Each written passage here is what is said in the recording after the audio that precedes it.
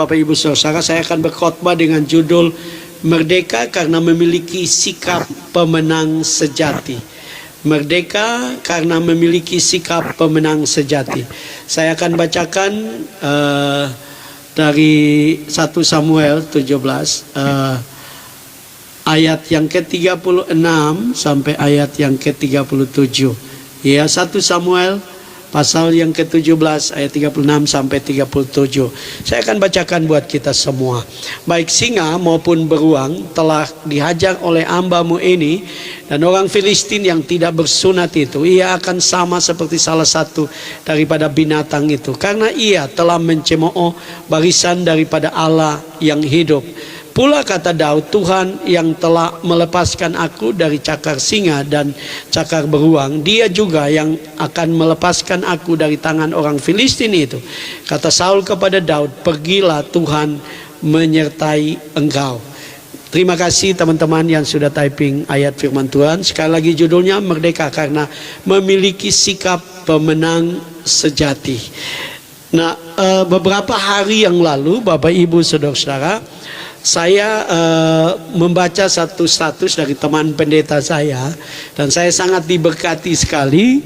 Di statusnya dia menulis seperti ini: saat berada di tempat lebih tinggi, Anda bisa melihat lebih jauh dan lebih luas. Mendekat pada yang maha tinggi, maka Anda akan dibawa lebih jauh. Nah, kenapa teman saya ini kebetulan hamba Tuhan yang dipakai Tuhan luar biasa. Dia ada di Dubai dengan istrinya dalam pertemuan hamba-hamba Tuhan. Jadi dia ada di gedung yang tinggi. Tapi kata-kata hikmatnya luar biasa. Dia berkata sekali lagi, kalau kita ada di tempat yang lebih tinggi, kita bisa lebih jauh, melihat lebih jauh, lebih luas. Dan kalau kita mendekat pada yang maha tinggi, kita akan dibawa lebih jauh, lebih tinggi. Nah, ini satu kebenaran Bapak Ibu Saudara-saudara, bahwa sebagai orang percaya Tuhan mau bawa kita ya ke tempat yang lebih tinggi, ke tempat yang lebih luar biasa, lebih dahsyat. Tuhan mau supaya kita melihat kemuliaan Tuhan. Tuhan mau supaya kita melihat kebesaran Tuhan, keagungan Tuhan. Tetapi itu tergantung kepada sikap kita, ya. Kalau kita baca Alkitab, kita diciptakan spesial. Tuhan menciptakan kita menjadi pribadi yang spesial. Tuhan punya tujuan yang spesial. Dia ingin kita menjadi kepala bukan ekor.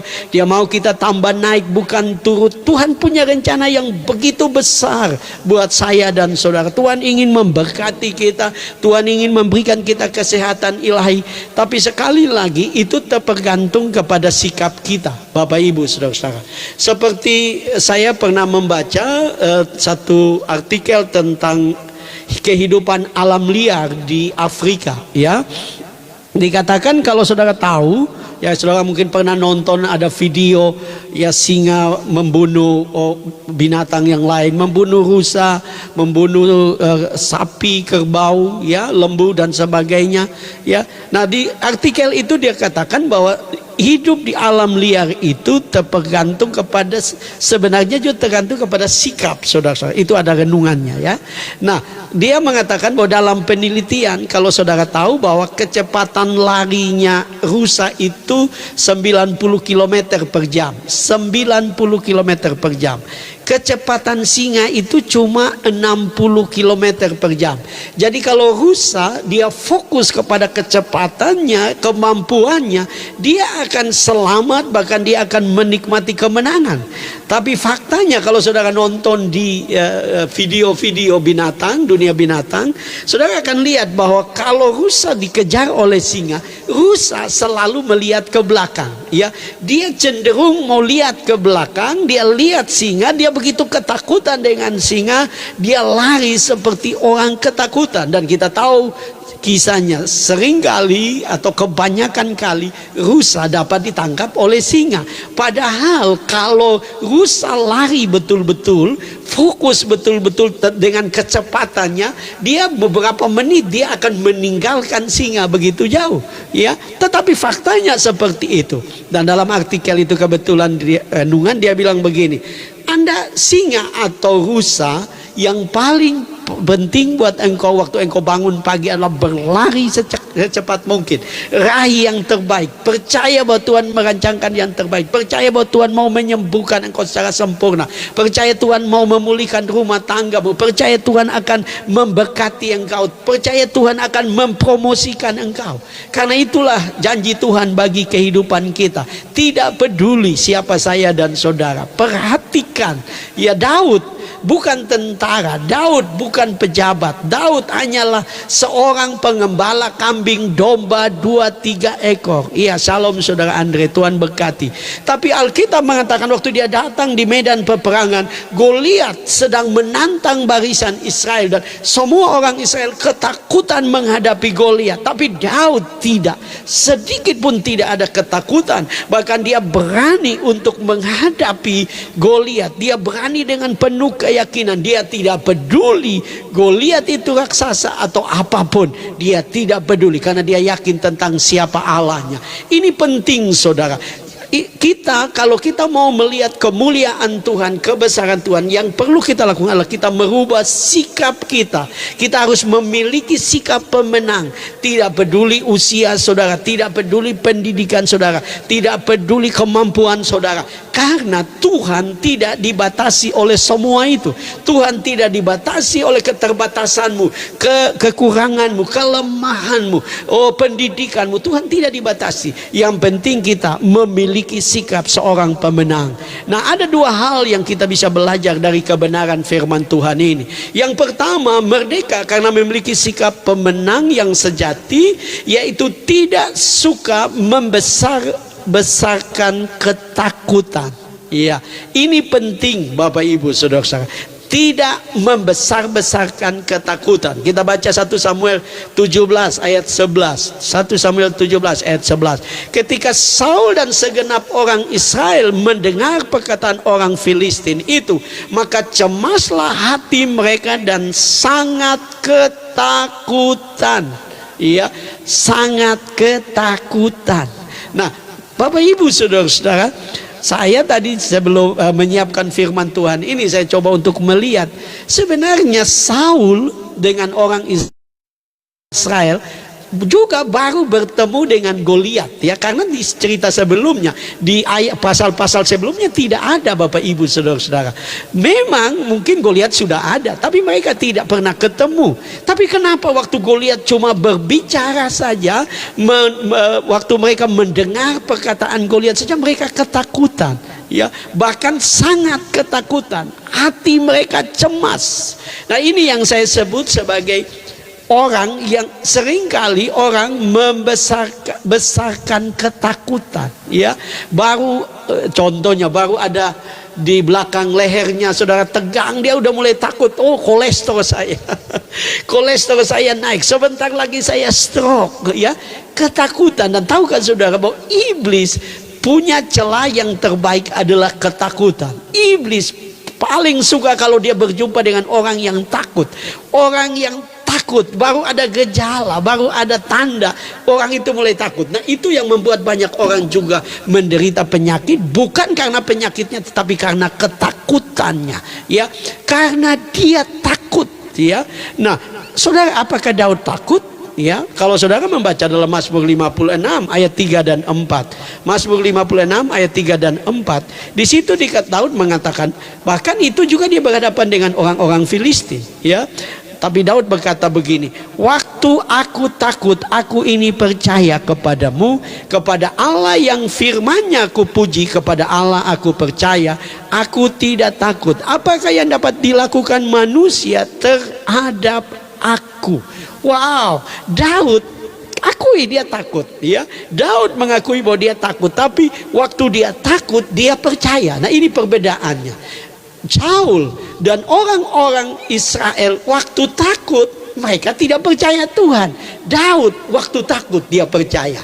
Ini yang perlu. Waktu engkau takut, waktu engkau menghadapi ketakutan, ketakutan dengan penyakitmu, ketakutan dengan keluargamu, ketakutan dengan kesehatan orang tuamu, kesehatan keluargamu, waktu engkau takut dengan masalah dalam kehidupanmu, masalah ekonomi, masalah pekerjaan, masalah keluarga, waktu engkau takut, Belajar dari Daud, waktu aku takut, aku percaya kepadamu. Ini penting. Obat terbaik dari takut adalah percaya. Obat terbaik dari semua kekhawatiranmu adalah percaya. Nah, bagaimana supaya kita bisa takut tapi kita tetap percaya? Adalah kita harus berdiri di atas firman Tuhan. Kita harus datang kepada Tuhan, karena iman itu timbul dari pendengaran, dan pendengaran akan firman Tuhan. Saya berani mengatakan kepada saudara bahwa saudara juga mengalami perubahan-perubahan waktu saudara mengikuti Tuhan atau mengikuti live ini, karena saudara dengar firman Tuhan. Firman Tuhan menambah imanmu sehingga engkau tidak takut karena engkau percaya kepada Tuhan, ya. Daud juga berkata kepada Allah, yang firman-Nya kupuji, kepada Allah aku percaya. Aku tidak takut apa yang dapat dilakukan manusia apa yang dapat dilakukan manusia terhadap aku, maksudnya. Jadi Daud di sini, Bapak Ibu saudara-saudara, dia belajar untuk percaya kepada firman Tuhan, kepada firman-Nya dia puji, dia deklarasikan, dia imani bahwa kalau dia takut, dia hanya percaya kepada janji firman Tuhan. Nah, itu sebabnya sebagai anak Tuhan, mari belajar untuk dengar firman, percaya firman, dan waktu iblis datang untuk menakut-nakuti engkau dengan masalah, dengan tantangan, dengan suara dan sebagainya. Saya ingat tadi saya sudah katakan ya tadi di room WKS bahwa iblis itu, Petrus mengatakan iblis mengaum-ngaum, ya, seperti singa yang mengaum-ngaum, ya, mencari orang yang dapat ditelannya, ya. Kenapa Petrus menyebut iblis cuma mengaum? Bahaya dari iblis itu, bahaya dari iblis adalah, atau singa seperti iblis adalah, saudara, dia bukan mengaumnya, kan gigitannya, tapi Petrus mengatakan dia hanya mengaum. Nah, ada banyak orang Kristen yang hanya dengar suara saja, seperti Saul dan orang-orang Israel. Baru dengar suara sudah ketakutan, sudah cemas, sangat ketakutan. Mereka sangat ketakutan, tadi kita baca. Kenapa? Karena mereka baru dengar suaranya. Ada banyak orang Kristen juga seperti itu. Iblis cuman menaruh di pikirannya, menaruh tanda-tanda, dan mulai ketakutan. Saya mau katakan kepada saudara, ketakutan itu adalah celah buat iblis menyerang kita. Ya, tadi malam setelah live beberapa teman kita berdoa buat salah satu saudara kita, karena dia ketakutan lagi. Dia sudah pernah didoakan oleh Pastor Bastian dan dia mengalami mujizat, tapi dia takut lagi. Dia takut karena dia pernah disantet, saudara-saudara. Dan kami berdoa buat dia dan kami menasihati. Nah, itu cara iblis, saudara. Ya, Tuhan menolong kita, tapi kita harus terus bertumbuh di dalam Tuhan. Kita harus terus bertumbuh dalam firman supaya segala ketakutan kita singkirkan, ya. Kalau saudara bertumbuh dalam firman, itu sebabnya kalau saudara meneliti tentang senjata peperangan rohani, ya, Paulus bicara bahwa satu-satunya senjata kita itu hanya pedang roh, yaitu firman Tuhan. Untuk mengalahkan iblis itu cuma firman Tuhan, bukan yang lain, ya, cuma firman Tuhan. Karena kita hanya punya satu senjata. Kalau saudara belajar tentang perlengkapan senjata rohani, itu satu-satunya itu hanya firman Tuhan, bukan gelar, bukan sekolah teologi, bukan saudara kuasai ilmu teologi, sekalipun ilmu teologi penting, tapi satu-satunya senjata terbaik kita adalah firman. Dan kalau saudara menguasai firman, kalau saudara menghidupi firman, Yesus berkata, kalau engkau tinggal dalam firman, firmanku tinggal dalam kamu, minta apa saja engkau akan menerimanya. Artinya betapa pentingnya firman dalam hidup kita, sehingga kita menjadi orang yang berbeda. Saudara perhatikan, Daud tidak pernah berhadapan dengan tentara musuh. Daud tidak pernah ikut peperangan. Daud belum pernah, ini peperangan pertama Daud di medan peperangan. Tapi Daud, kenapa dia begitu yakin? Kenapa? Tadi saya sudah katakan di awal, karena Daud adalah seorang yang intim dengan Tuhan, dekat dengan Tuhan, percaya kepada firman Tuhan, merenungkan janji-janji Tuhan, sehingga sedikit pun ketakutan itu tidak terjadi. Saya mau katakan kepada saudara, saya sendiri bisa bersaksi dari diri saya. Saya seorang pendeta, istri saya pendeta. Saya punya gelar S2 di teologi. Tapi saya mau katakan, waktu saya belum dekat betul, bangun keintiman dengan Tuhan, bangun mesbah pujian setiap hari 1 jam, saya takut, saudara. Saya takut masa tua saya. Saya takut melihat anak-anak saya, masalah di dalam hidup mereka. Saya takut dengan ekonomi saya ke depan di masa tua. Karena saya bukan pendeta, saya bukan gembala, saya dosen, saya hanya seorang penginjil. Saya tidak punya harta untuk masa tua saya. Tapi waktu saya dekat dengan Tuhan, saya intim dengan Tuhan, semua ketakutan lenyap. Saya yakin bahwa Tuhan akan memelihara saya. Saya yakin Tuhan akan pegang saya, tangan saya. Saya yakin Tuhan akan berkati saya. Saya yakin Tuhan akan mencukupi saya. Tapi saya harus terus bangun keintiman. Seperti kata-kata dari teman saya, kalau kita makin dekat dengan Sang Maha Tinggi, yaitu Tuhan, Tuhan akan bawa kita lebih tinggi. Saudara, jangan pernah lihat keadaanmu, jangan lihat potensimu. Tuhan masih punya rencana yang besar. Saya sudah 57 tahun jalan 57, tapi saya yakin bahwa Tuhan masih punya mimpi yang besar buat saya, punya rencana yang besar buat saya. Saya singkirkan semua ketakutan, semua keterbatasan saya, karena saya percaya saya punya Tuhan yang dahsyat, saya punya Tuhan yang luar biasa. Jangan izinkan ketakutan menghancurkan kehidupanmu. Banyak kali kita, saudara, takut karena ada orang-orang yang berkata negatif tentang kita. Jangan orang lain, kita juga menilai diri kita negatif. Kita berkata, oh, saya ini cuma tamat SD, saya ini cuma orang seperti ini, saya tidak pandai, saya tidak ini, saya punya kekurangan. Saudara, saya mau katakan, Tuhan tidak dibatasi oleh situasimu. Tetapi satu contoh yang saya dengar tadi waktu saya siapkan khotbah ini dari Ibu Debbie Basir, ya, ada satu kelas yang melakukan percobaan tentang betapa pengaruhnya kata-kata negatif yang menakutkan orang.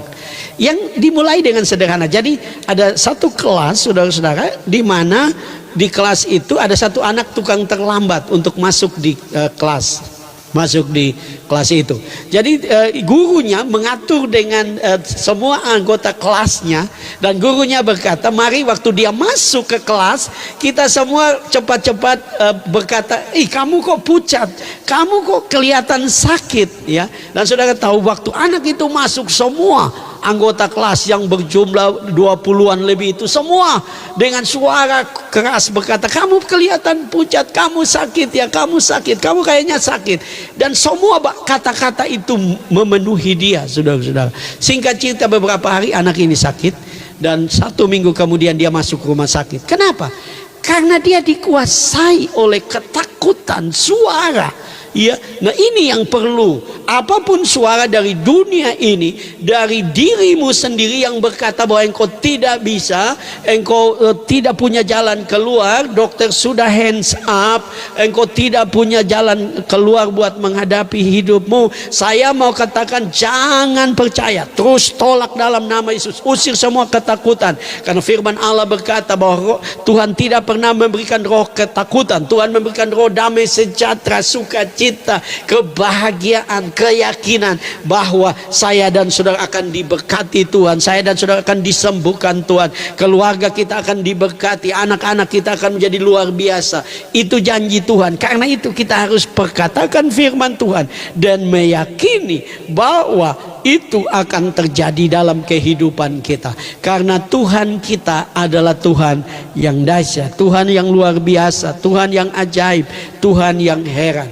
Yang kedua, Bapak Ibu Saudara-saudara, merdeka karena memiliki sikap pemenang yang sejati, yaitu jangan membesar-besarkan raksasa.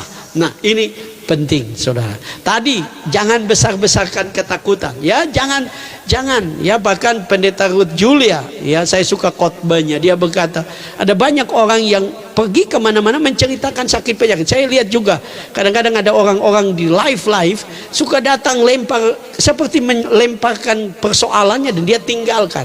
Jangan, saudara harus stay, saudara harus percaya bahwa Tuhan kita adalah Tuhan yang besar. Jangan saudara seperti orang yang gelisah, tidak tenang. Teristimewa saudara tidak dengar firman Tuhan untuk mengalahkan ketakutan. Iya Ibu Julce, sampai temannya bangun lagi karena dia nggak khotbah ya. Iya. Nah, jangan besar-besarkan ketakutan. Jangan cerita, oh saya ini begini, kasihan saya ini sutua, kasihan saya ini miskin, kasihan saya ini bodoh. Saudara sedang membesar-besarkan ketakutan. Tapi mari juga jangan besar-besarkan raksasa. Yang kedua, ya, mari kita lihat yang kedua. 1 Samuel 17 ayat 33. Di situ dikatakan, tetapi Saul berkata kepada Daud, tidak mungkin engkau dapat menghadapi orang Filistin itu untuk melawan dia, sebab engkau masih muda, sedang dia sejak dari mudanya telah menjadi prajurit. Kalau saudara meneliti tentang Goliat, saya coba untuk meneliti di dalam 1 Samuel 17 ayat 4. Di situ dikatakan 1 Samuel 17 ayat 4. Lalu tampillah keluar seorang pendekar dari tentara orang Filistin, namanya Goliat dari Gat, tingginya 6 hasta sejengkal. Saya coba meneliti, menghitung satu hasta itu di Alkitab itu 45 cm satu hasta. Ya, kalau dikali dengan 6, karena 6 hasta katanya tingginya, maka tinggi dari Goliat adalah 270 cm. Dikatakan 6 hasta satu sejengkal. Sejengkal itu 25 cm. Anggaplah Goliat itu tingginya 3 meter. Tapi apakah Saul terlalu kecil? Enggak. Alkitab juga mengatakan bahwa di dalam 1 Samuel 9 ayat 2, 1 Samuel 9 ayat 2 dikatakan orang ini adalah anaknya laki-laki, namanya Saul, seorang muda yang elok rupanya. Tidak ada seorang pun dari antara orang Israel yang lebih elok daripadanya. Dari bahu ke atas ia lebih tinggi daripada setiap orang sebangsanya. Saya coba untuk membayangkan, ini orang luar, anggaplah mereka orang bule. Orang luar itu kan tingginya lebih tinggi dari kita, ya. Kebanyakan kita orang Indonesia kan 1 meter kotor. Seperti saya ini kan 1 meter kotor sebenarnya. Pendek, saudara-saudara. Orang luar itu kalau Bella tinggi. Orang luar itu rata-ratanya 180, 190. Nah, kalau Saul itu lebih tinggi dari bahunya, artinya Saul itu cukup tinggi. Anggaplah Saul itu 2 meteran, 2 meteran lebih lah. Nah, saudara, artinya tidak terlalu jauh juga, ya, tidak terlalu jauh juga. Bahkan saya mendengar khotbah dari teman saya, karena saya ingin menyiapkan lebih baik. Saya juga dengar khotbah orang yang berbicara tentang kebenaran ini. Dia berkata, saudara-saudara, orang yang terlalu tinggi itu gerakannya lambat sebenarnya. Gerakannya cenderung lebih lambat karena dia tinggi, ya.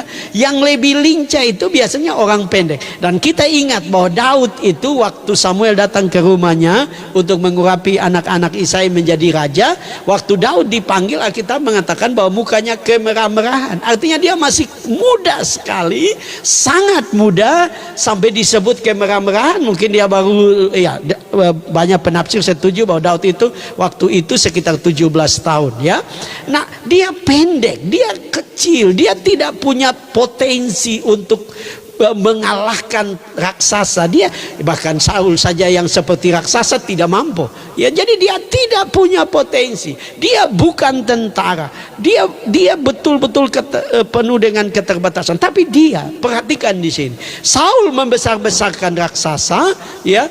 Daud mengecilkan raksasa. Saul membesar-besarkan masalah, Daud mengecilkan masalah, menganggap remeh masalah. Bahkan dia menurunkan Goliat seperti binatang. Singa dan beruang sama dengan Goliat. Dia berkata, saya bunuh singa dan beruang, saya juga pasti akan membunuh Goliat. Dia menurunkan, ya. Banyak orang Kristen selalu membesar-besarkan masalah, ya. Baru ada gejala sudah mulai penuh dengan ketakutan, selalu membuat masalah yang kecil menjadi besar, masalah yang sederhana menjadi besar, ya. Saya suka, dulu pernah ada muncul satu pernyataan yang sangat memberkati saya, yang berkata begini, jangan berkata masalahku terlalu besar, tetapi berkatalah aku punya Tuhan yang lebih besar dari masalahku.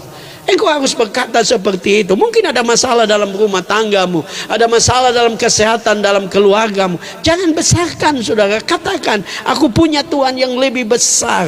Mungkin suamimu sakit, mungkin istrimu sakit, mungkin anakmu sakit, mungkin orang tuamu sakit. Katakan bahwa aku punya Tuhan yang lebih besar dari penyakit yang ada dalam tubuh dari keluargaku. Aku punya Tuhan yang dahsyat. Mungkin engkau punya masalah keuangan yang besar. Jangan besar-besarkan, kecilkan itu. Katakan, aku punya Tuhan yang besar, aku punya Tuhan yang dahsyat, aku punya Tuhan yang luar biasa, aku punya Tuhan di atas segala Tuhan, aku punya dokter di atas segala dokter, aku punya Tuhan yang kaya, aku punya Tuhan yang punya segala sesuatu. Aku percaya Dia akan memberkati aku, Dia akan angkat aku, Dia akan promosikan aku, Dia akan lakukan hal-hal yang dahsyat, ya, karena Dia Tuhan yang besar, Dia Tuhan yang luar biasa.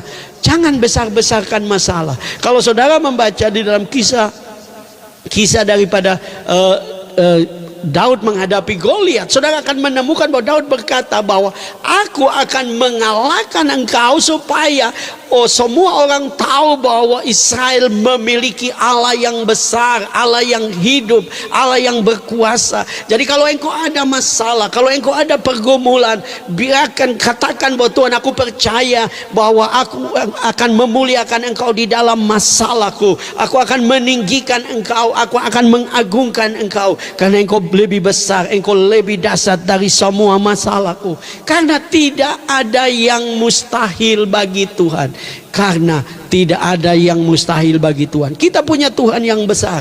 Jangan besar-besarkan masalah, ya. Jangan besar-besarkan masalah. Percaya, ya, karena waktu engkau besar-besarkan masalah, itu yang akan terjadi dalam hidupmu. Kalau engkau khawatir, itu yang akan terjadi dalam hidupmu. Karena itu kita punya Tuhan yang besar. Kenapa Daud bisa mengalahkan Goliat? Bukan karena dia punya kemampuan, tapi karena Tuhan yang besar yang dia sembah, ya, Tuhan yang besar yang dia agungkan. Itu sebabnya ambil keputusanmu untuk terus besarkan Tuhan dalam hidupmu. Setiap pagi bangun, jangan pikir masalahmu, besarkan Tuhan, tinggikan Tuhan, deklarasikan tentang kebesarannya, tentang keagungannya. Engkau bisa berdoa buat masalahmu, pergumulanmu, raksasa dalam hidupmu, dan engkau terus perkatakan dengan iman bahwa aku punya Tuhan yang besar, aku punya Tuhan yang dahsyat. Setiap pagi perkatakan dengan iman, deklarasikan. Karena Daud juga, kalau saudara meneliti dia, saudara tidak akan menemukan sedikit pun Daud ragu, sedikit pun Daud seperti kebanyakan kita kelihatan rendah hati tapi sebenarnya takut. Kita berkata, oh semoga Tuhan tolong saya, ya kalau Tuhan izinkan. Saudara, enggak, Tuhan mau engkau menang. Tuhan mau engkau melihat mujizat Tuhan. Tuhan mau engkau melihat perbuatan-perbuatan Tuhan yang dahsyat. Karena engkau punya Tuhan yang besar, karena engkau punya Tuhan yang dahsyat. Tempatkan Allah pada tempatnya, maka engkau akan lihat kebesarannya, keagungannya.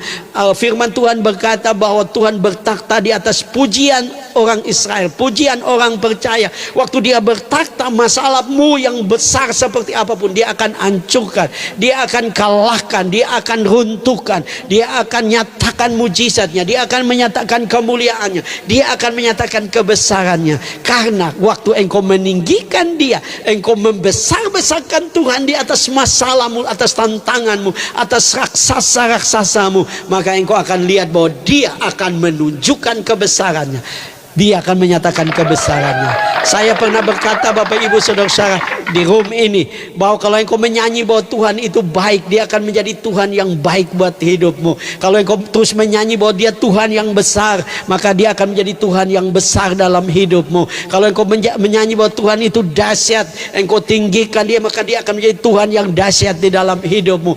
Dia adalah Allah yang besar, Allah yang dahsyat, Allah yang luar biasa, Allah yang ajaib, Allah yang heran. Karena memang dia adalah Tuhan yang besar, dia adalah Tuhan yang melakukan mujizat-mujizat, Tuhan yang melakukan perbuatan-perbuatan besar. Saya teringat yang saya sudah cerita satu cerita yang lalu. Ini ada cerita lain dari pendeta Roni Daud Simeon, ya. Dia cerita, saudara-saudara, bahwa anaknya satu kuliah di luar negeri, di Amerika, saudara. Dan satu waktu anaknya menghubungi dia dan memberitahukan kepada dia bahwa dia harus membayar uang kuliahnya, uang semester awalnya. Dia harus membayar, biayanya cukup besar. Pak Roni Daud berkata bahwa dia tidak punya uang sejumlah itu dan berbentuk dolar, saudara, berbentuk dolar, ya. Dan saudara-saudara, ini sesuatu yang besar. Bahkan saudara-saudara, mereka saudara-saudara, ya, jadi dia cukup bergumul, ya, bukan cukup, sangat bergumul karena jumlahnya besar. Kalau tidak salah, saya lupa angka tepat, sekitar 30 atau 30 ribu dolar, ya. Kalau saya hitung dengan 15.000 itu sekitar 450 juta. Itu satu jumlah yang sangat besar. Dan saudara tahu kesaksiannya bahwa Pak Roni Daud, saudara-saudara, datang kepada Tuhan. Tiap pagi dia hanya memuji, meninggikan Tuhan, mengagungkan Tuhan. Dia yakin bahwa dia punya Tuhan yang besar, dia punya Tuhan yang dahsyat. Dia tiap pagi saudara, tiap pagi dia mengagungkan Tuhan, dia memuliakan Tuhan, dia meninggikan Allah. Karena Tuhan yang dia sembah adalah Tuhan yang dahsyat, Tuhan yang luar biasa, Tuhan yang ajaib, Tuhan yang heran. Singkat cerita saudara, dia menjalani hidup ini dengan penuh sukacita, keyakinan bahwa dia punya Tuhan yang besar, masalahnya kecil, dia yakin Tuhan akan menyatakan kemuliaannya. Dan satu waktu saudara-saudara, dia pergi ke mall dan dia masuk dari jalan-jalan, kemudian dia pergi ke kamar mandi. Waktu dia keluar dari kamar mandi, saudara-saudara, dia ketemu dengan seorang pengusaha. Dan saudara tahu bahwa pengusaha ini kaget juga ketemu di kamar mandi loh. Ketemu di kamar mandi, baru ketemu, sudah lama tidak jumpa. Dan pengusaha itu bilang begini, Pak, saya rasa Bapak perlu sesuatu, ya. Tuhan gerakan saya untuk kasih buat Bapak, ya, sejumlah uang, dan uangnya berbentuk dolar. Dan saudara tahu bahwa dia kasih pendeta Roni Daud Simeon sejumlah yang dibutuhkan itu, yang 30.000 dolar. Wow, dahsyat Tuhan. Tuhan melakukan mujizat. Persoalan dari kita adalah, sekali lagi, kita selalu membesar-besarkan ketakutan, kita selalu membesar-besarkan raksasa dalam hidup kita. Mari mulai ambil keputusan malam ini, besarkan Tuhan yang engkau sembah. Jangan lihat kondisimu, karena engkau mengalami mujizat bukan karena kondisimu, bukan karena kehebatanmu, bukan karena kekuatanmu, bukan karena kemampuanmu, bukan karena potensi. Karena Tuhan tidak cari potensi, Tuhan cari orang beriman, Tuhan cari orang yang percaya, Tuhan cari orang yang mau meninggikan dia, Tuhan cari orang yang selalu berkata bahwa Tuhan yang dia sembah adalah Tuhan yang dahsyat. Tuhan memberkati kita semua.